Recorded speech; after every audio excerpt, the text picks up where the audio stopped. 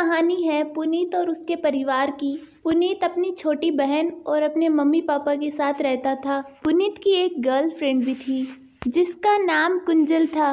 वो दोनों एक दूसरे से बहुत प्यार करते थे। एक दिन, पुनीत, 1 महीने बाद हमारी कॉलेज हो जाएगी। तुम अपने मम्मी पापा से हमारी शादी की बात कब करोगे? हाँ, मैं मम्मी पापा से बात कर लूँगा। पुनीत अपने घर आता है। माँ, वो मुझे कॉलेज में एक लड़की बहुत पसंद है और मैं उससे शादी भी करना चाहता हूँ।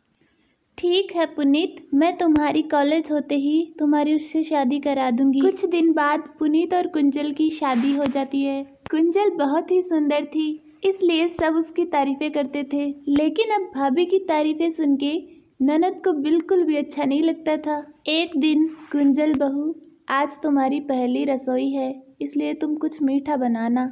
हाँ माँ जी, मैं गाजर का हलवा बना दूंगी। कुंजल हलवा बनाती है और सबको परोसती है। अरे वाह बहू, हलवा तो बहुत अच्छा बनाया है तुमने, मज़ा आ गया। हाँ कुंजल, हलवा बहुत अच्छा बना है। कुंजल की तारीफें सुन के काव्या को बिल्कुल भी अच्छा नहीं लगता। एक दिन काव्या कॉलेज से आती है और अपना बैग सोफे पे रख देती है। भाभी, आज मुझे मैगी खानी है, इसलिए आज आप मेरे लिए मैगी बना दो। काव्या, मैंने तो पहले ही आपके लिए पास्ता बना दिए हैं। नहीं भाभी, मुझे पास्ता नहीं खाना, आप मेरे लिए मैगी बनाइए। तभी वहाँ सविता आ जाती है। अरे काव्या बेटा, अगर आज कुंजल ने पास्ता बना दिए हैं तो तुम आज वही खा लो, कल मैगी खा लेना। और ये तुम्हारा बैग सोफे पे क्यों पड़ा है, इसे अंदर रखो। काव्या गुस्सा होकर नाश्ता करने बैठ जाती है। तभी उसकी दोस्त का फ़ोन आता है। हेलो काव्या, कैसी हो तुम? क्या चल रहा है आजकल? अब क्या बताऊं तुझे, मेरी कामचोर भाभी को सहना पड़ रहा है मुझे। ये सुनकर कुंजल को बहुत बुरा लगता है और वो अपने कमरे में जाके रोने लग जाती है। तभी वहाँ पुनीत आ जाता है। कुंजल, तुम रो क्यों रही हो? क्या हुआ? नहीं, कुछ नहीं हुआ, बस ऐसे ही। अगर कोई भी बात हो तो तुम मुझे बता सकती हो। तब कुंजल सारी बात पुनीत को बताती है।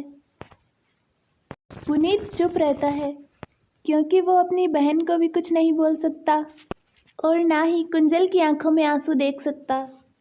कुंजल, तुम रो मत और जल्दी से तैयार हो जाओ, आज हम दोनों साथ में मूवी देखने जाएंगे। तब कुंजल खुश हो जाती है। पुनीत और कुंजल मूवी देखने चले जाते हैं, लेकिन काव्या को ये बिल्कुल भी अच्छा नहीं लगता। अब काव्या कुंजल को परेशान करने के लिए उससे बहुत काम करवाने लगती है। भाभी, आप मेरे सारे कपड़े धोकर उनको प्रेस करके रख दो। कुंजल कपड़े धोती है और उनको प्रेस करती है और समेट के रख देती है। तभी काव्या, भाभी, मुझे तो बहुत भूख लगी है, आप मेरे लिए मैगी बना दो। कुंजल अपनी ननद का सारा काम खुशी खुशी करती है। कुंजल सारा काम करके खाना खाने के लिए जाती है। तभी काव्या, भाभी, मेरे कमरे के फर्श पे जूस गिर गया है, तो आप उसको साफ कर दीजिए। कुंजल फर्श साफ कर देती है। एक दिन कुंजल, काव्या, मैं पुनीत के साथ बाहर जा रही हूँ, तो आप मुझे अपनी एक अच्छी सी ड्रेस दे दीजिए। नहीं भाभी, मेरी सारी ड्रेसेस बहुत महंगी है, इसलिए मैं वो आपको नहीं दे सकती। ये सुन के कुंजल को बहुत बुरा लगता है। कुंजल मार्केट जा रही होती है। भाभी, आप मार्केट जा ही रहे हो तो मुझे एक लिपस्टिक चाहिए, क्या आप वो ला दोगे? हाँ ठीक है, मैं मार्केट से लेके आऊँगी। कुंजल मार्केट से आ जाती है। काव्या, ये लो तुम्हारी लिपस्टिक। काव्या कुंजल से लिपस्टिक ले लेती है, लेकिन उसके पैसे नहीं देती। थोड़ी देर बाद, काव्या, वो जो मैं तुम्हारे लिए लिपस्टिक लाई थी ना, वो 500 रुपये की थी, इसलिए उसके पैसे। भाभी, आप मुझसे पैसे मांग रहे हो, क्या आप मुझे एक लिपस्टिक भी नहीं दे सकते? काव्या गुस्से में लिपस्टिक फेंक देती है। एक दिन काव्या किचन में जाती है और किचन के फर्श पर आटा बखेर देती है। ये सब करते हुए उसे सविता देख लेती है। माँ सुनिए जरा, जल्दी इधर आइए। क्या हुआ काव्या, तुम इस तरह क्यों चिल्ला रही हो?